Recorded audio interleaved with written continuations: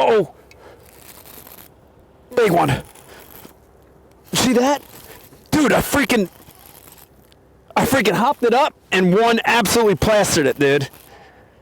On the rise. You hear me talking about the helicopter effect? Whoa, it's a good one, dude. Hit it on the rise, guys. That bait lifts and falls, and I literally am going just down the break line of this. There's a little high spot out here. That's a big one, too. Wow. Wait till you see this. Oh my gosh. Wait till you see this, guys. Look at that. Look at that. Look at that. Wow. Metal in the fall.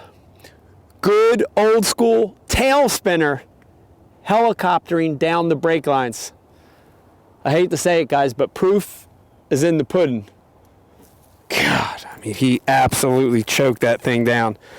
Can you see that little thing down there? That is incredible. That is a needle nose fish. And that is exactly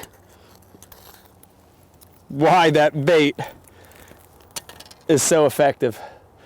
The blade, the vibration, the flash, the ability to control it down those brake lines in the fall. Perfect bait, especially for early fall transition. Yeah. Wow. Woo! Holy smokes. Mike Iaconelli back again to talk about one of my favorite times of the year to bass fish, and that is the fall. The fall. You see it behind me. Go ahead and look. See the leaves? See the brown? See the orange? This is fall time. That water temperature really starting to plummet. And then the air temperature. Look at how I'm dressed. Guys, I put my shorts away for the year. I've got thermals on, sweatshirts for crying out loud, gloves. This is fall. And it can be an amazing time of the year to catch not only numbers of bass, but to catch some of the biggest bass of the year. So I love this time period. If you've been following this series, we talked about how they move in the fall. We talked about the 3 distinct periods where those bass are moving, early fall transition, where they're feeding, the fall feed, and last but not least, we talked about the late fall transition where they're moving back out. You heard me discuss my top 3 favorite fall hard baits. You heard me talk about my top 3 favorite fall soft baits. But in today's seminar, we're going to be talking about my top 3 fall metal baits. And you'll often hear it referred to as heavy metal.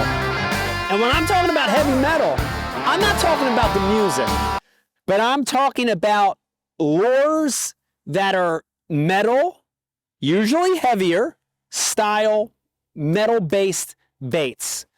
The interesting thing about this category is it's a really under-talked about category.